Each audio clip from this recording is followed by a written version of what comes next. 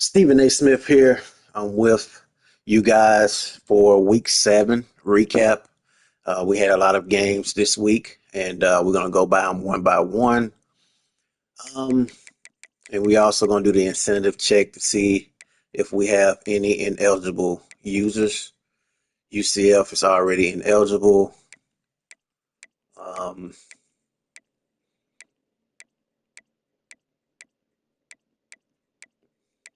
Notre Dame already ineligible. Kansas State. I think I have information on Kansas State. I want to make sure. Kansas State.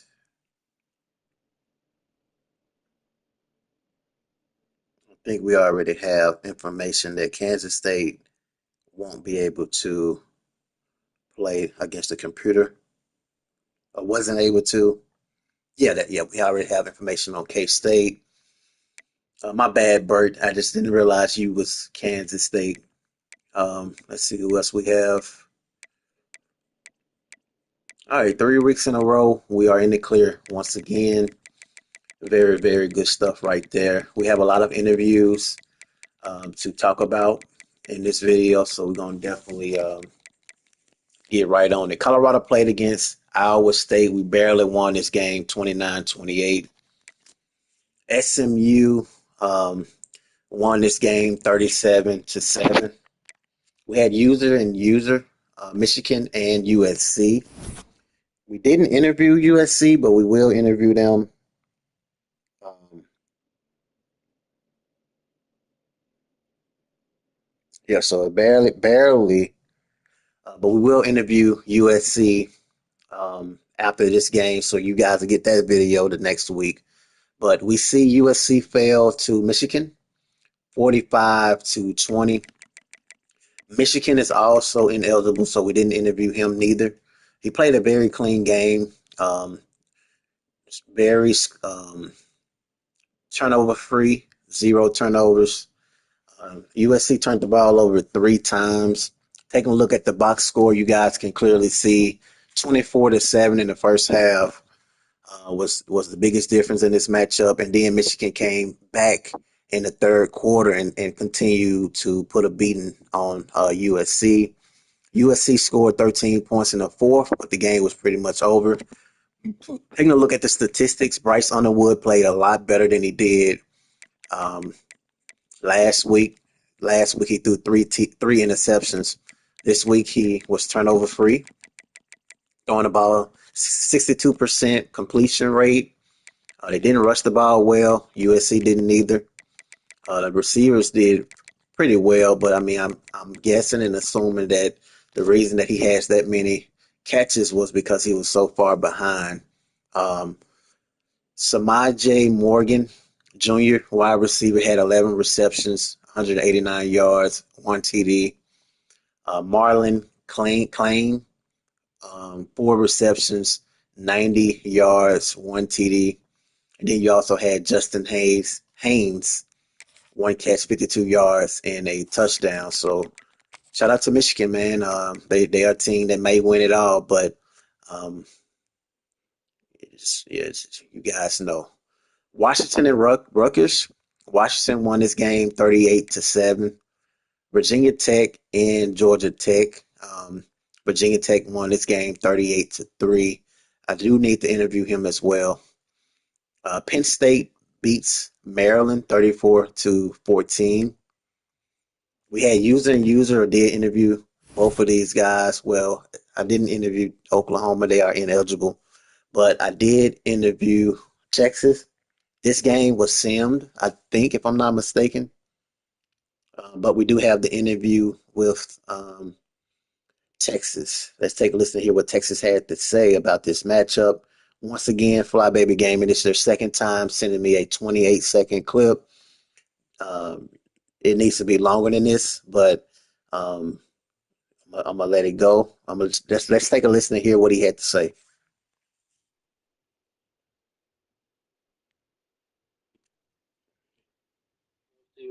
It's just like life. You have some good days, you have some bad days. But what you do after that bad day? My guys came out, they performed, They handled business. They did what they were supposed to do. It was 28-0, something like that. Then DC happened. So, hey, I did miss out on some big stats, but hey, we got the W. All right, so you guys heard Texas with a very short response. As I said before, don't make it a habit to send me a 28-second clip. Have some enthusiasm. I'm not handing money out to nobody that is dragging or half-assing. This is the last warning. If you are watching these videos, before I actually reach out to you about sending me longer videos, man. 29 seconds is not going to cut it. This is your second week doing that. So I will lay the hammer down if you do that again. Texas, as I said before, they completely dominated this game. 41-13. Arch Manning played like Arch Manning should play. Um, three TDs, no interceptions, 222 yards. They also ran the ball very well. It helps a lot when you can run the ball well. Um, DeAndre Moore had a very good game, 4 catches, 103 yards, and a TD. Oklahoma just pretty much just couldn't get anything going offensively, nor could they create any turnovers on the defense side of the ball. So, um, huge reason why they lost that game. I'm very disappointed in you, Texas. For real, man. Don't do that again. Auburn and Georgia, this was a user and user. I didn't interview neither one of these guys because it was late in the flip. Georgia won this game 52-7. Taking a look at the box score, you guys can clearly see complete domination. Auburn only scored 7 points. Turnover battle 1-3. Georgia pretty much played a very mistake-free type of game. They ran the ball well. Um, Receivers was clicking on all cylinders. Two receivers with 100 yards or more. Um, One receiver, I think that's Zachariah Branch, two TDs. And so the defense played lights out, creating three total interceptions, and they was able to get to the quarterback at least once. So very, very good game right there. Taking a look at LSU and South Carolina, I didn't bother LSU this week because I interviewed him for 2 weeks in a row. I should have, as they fell to South Carolina 30-35. Um, we didn't interview South Carolina neither. So I should have, though. As I said before, big upset right here. South Carolina won this game 35-30. Taking a look at the turnover battle, 2-3. So it's not really that big of a difference. I think the biggest key in this matchup was LSU inability to score in the third quarter. South Carolina is a very, very good football team. To take down LSU, they have to be a threat as far as the NCFL. Lenoris Sellers, 319, three TDs, one interception. They also couldn't run the ball well. What about LSU? LSU could not either. It seemed like it was a passing game. Barian Brown didn't do much as he usually do. He usually have a 100-yard receiving game. Uh, Sharp tight end played decent, one TD, 9 catches. The ball was definitely spread around, but it really looks like it came down to the fact that LSU gave the ball to South Carolina 3 times. As I said before, we didn't interview those that game neither. Texas Tech defeated Kansas 28-7. Did we interview Texas Tech? No, we did not. Um, we do have an interview from. Okay, so we do have an interview from last week, week 6, Miami. He wanted to go ahead and get this to me, so he won't be ineligible. I appreciate the guys that's doing what they can to try to not be ineligible. So I mean, I'm not going to not. I mean, if you make the deadline and you really doing everything you can to get that information over to me, then I'm gonna at least give you some lead way. It's almost like a teacher. A teacher, you late on your work, but you try, you show effort, then I'll let it slide. So let's take a listen to hear what Miami had to say about this matchup, and then we'll get back on track. Yeah, that was a tough loss. Season isn't quite going the way we'd like, nor are we meeting expectations so far, but we hope to get all the kinks ironed out here soon. I'm noticing some progress from week to week, but it's unfortunately not translating into wins yet, but we hope that's coming soon. The game started out good. I'd say it was pretty even going into halftime. Caught a couple of bad breaks, but, that's football. Fortunately, we came out flat in the second half, and, that's where it got us. Unfortunately, hopefully it's a learning experience for everyone, and we will get back to the drawing board because nobody likes losing. Yeah, so that was the owner of Miami. I'm gonna send him a message. He asked if I got it, received it. So yeah, we're gonna keep this train rolling. Week 7. Um, Texas Tech defeated Kansas 28-7. Then we had Clemson defeat Boston College 30-27. Alabama defeated Missouri barely 35-30. User, we had Florida and Texas Tech. Texas A&M. Florida is ineligible, lifetime ban, but we did interview Masters. As you guys can see, this was a complete domination, 35-6. I was very, very surprised when I saw this score. I actually watched a little bit of the game. Very, very surprised. Four turnovers, 4-1. Time of possession.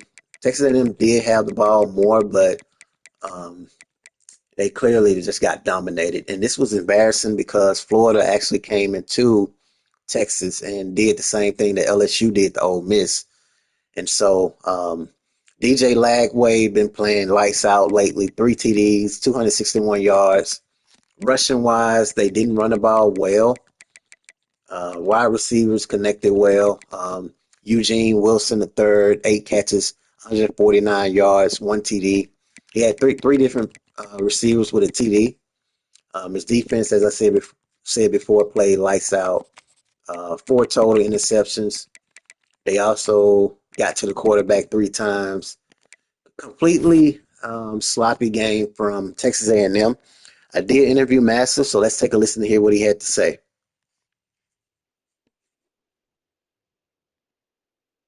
And man, but it's really needed loss.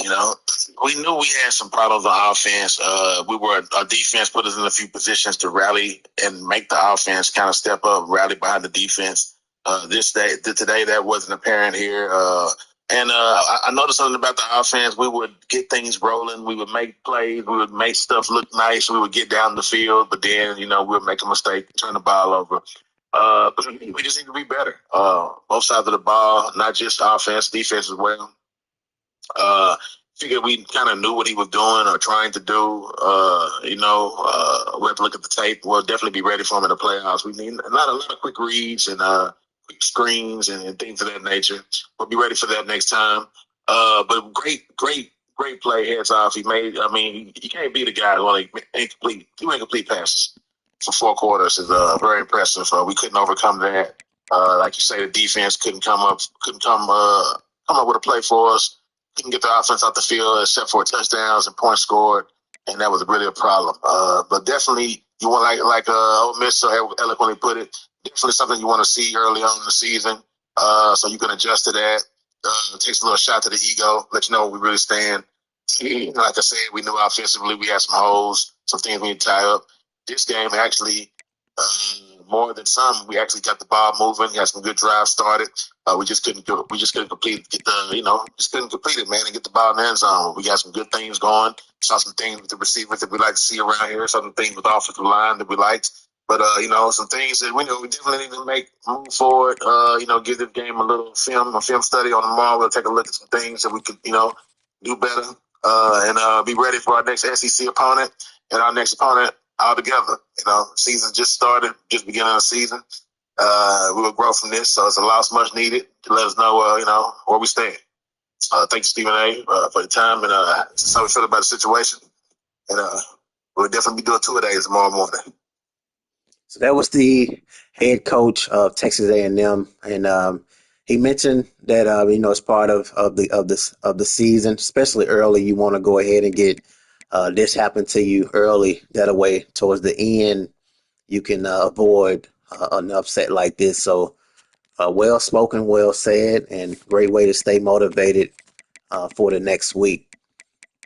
Taking a look at Florida State. Florida State won 30-0. Ole Miss came back from last week and they won 31-28, barely against the computer, but a win is a win. Oregon and Ohio State. I don't think I interviewed neither one of these guys. They barely made it to um, the late night. They played late. So Oregon, wow, Oregon lost 34-0. Very, very surprised of this loss. Turnover 4-1. A lot of the games, I'm very surprised this week that I thought would be close. Um, Julian Sand, he threw one TD, 212, one interception. They came close to having 100-yard rushing um, runner. And then in the past game, they had Carnell Tate, junior wide receiver, 5 catches, 134 yards, a TD. The defense played lights out. 3 interceptions. 2 came from Blake Carney, that is a junior. And then the other one came from free safety Caleb Downs, transferred from Alabama. And so Ohio State is a tough team, though. And I even said I did pick Ohio State in this matchup because they was at home, and it's hard. It's hard, man, to go into. Well, it's possible. We've seen it. Texas A&M, Ole Miss. So it's possible, but it's just still hard to go into a home crowd on the road and get the victory. Taking a look at the college football top 25, we got Georgia, Penn State, Clemson, SMU, Florida, Kansas State. So LSU moved out of the top 10. Wow. Arizona State, Alabama, Texas, South Carolina, LSU, Notre Dame, Texas Tech, Texas A&M, Michigan, Ohio State, Nebraska, Colorado, Ole Miss, Washington, USC, Navy, Florida State, Tennessee, and Oregon. Notable teams to see is LSU moved down from um, number 6, I think, or number 5 to number 11. Texas A&M fell out of the top 10. USC fell to number 21. Colorado moved up to number 18. Um, and so this is a very, very interesting list right here. Taking a look at the players of the week, we had Dijon Johnson, 7 tackles, 1 tackle for a loss, 3 interceptions, 1 TD. Then we had Rare Thomas, 14 catches, 175 receiving yards, 12.5 average, and 2 receiving TDs. Taking a look at the Heisman race right now, Nate Frazier moved into the top 5 Heisman race. He was not in here for the whole entire season. Emmett Johnson, the top 4 pretty much stays the same, as you guys can see. Everything is completely the same, but Nate Frazier moved up, and then that quarterback, I can't think of his name, moved out of the top 5. I saw it coming. Taking a look at the recruiting,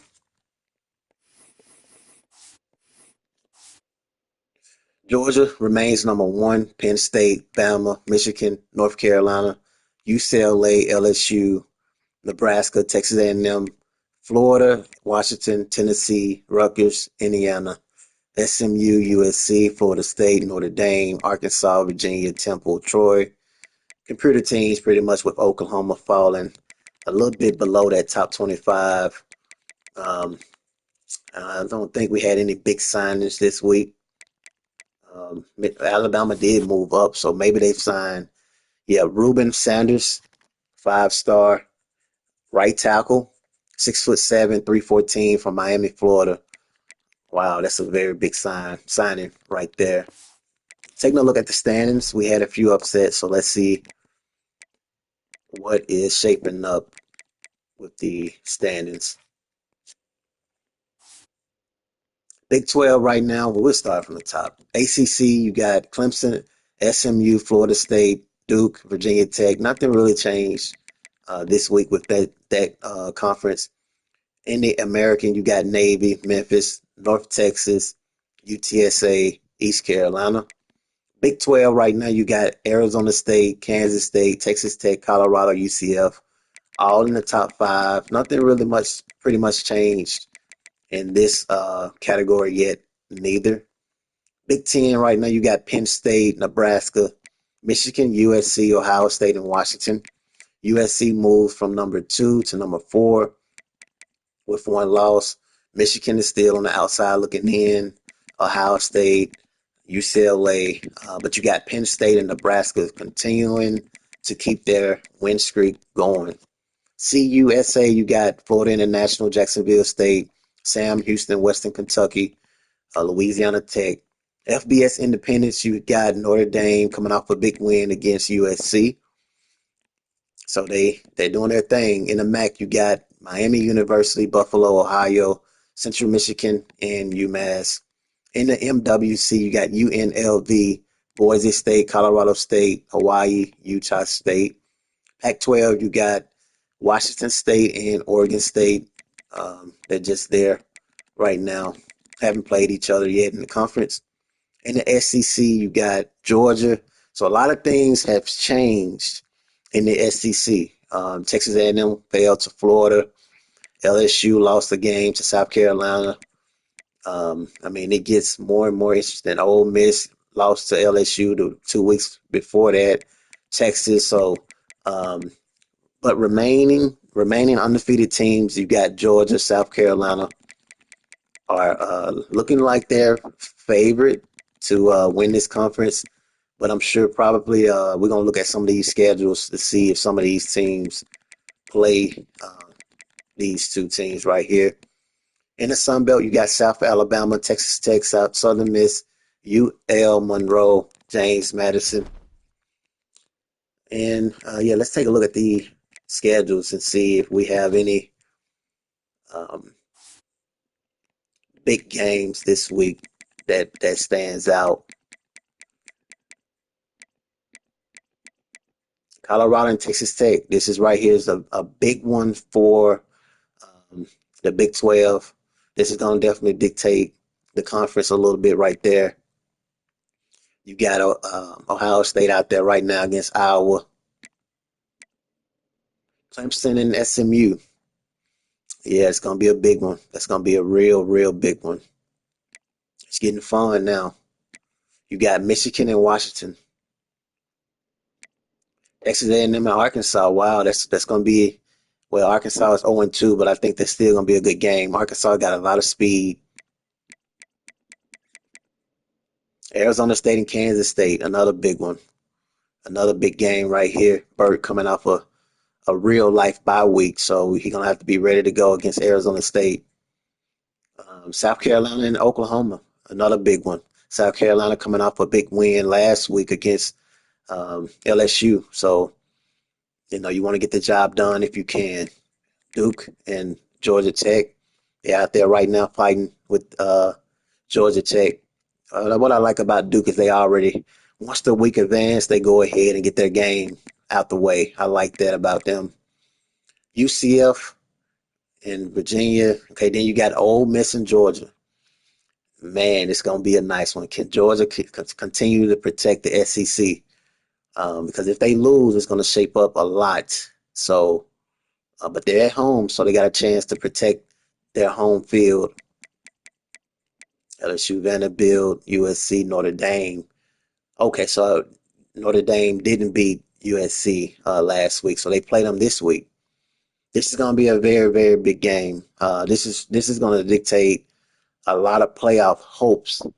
Um, if you are USC. You want to win this game right here if you're USC. You have to. You just can't take another loss right now. You can't. Notre Dame, they are in a position where they can win it, get to the playoffs as well. So in their independent. So, but if you're USC, you have to win that game right there. Just know that Notre Dame is going to try to hurt your hopes. Taking a look at let's see what we haven't really looked at lately. Any records? Anybody have um, broken any records as of yet? Not career season. What game? Nothing as of right now as far as game records. College football history, trophy room, coach stats. We looked at that, season stats, and then we'll do the games of the week and we'll get up out of here.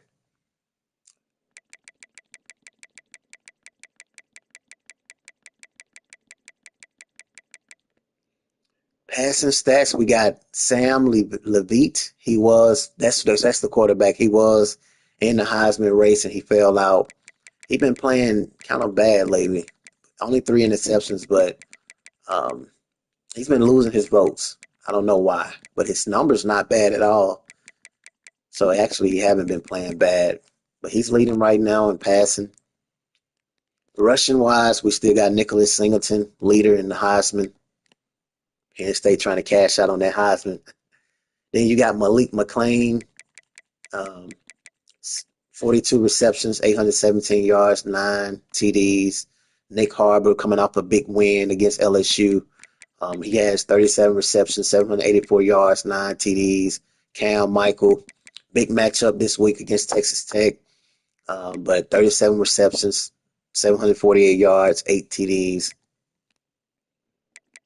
Blocking, some of these, games played, I guess that tells us a little bit. But Adam Pond, DeAndre Harper, Caden, no one really pays attention to the line, but that's the most important position in football. Caden Bailey, Laquan Robinson, Xavier Sorey Jr., Preston Zachman, most tackles right now.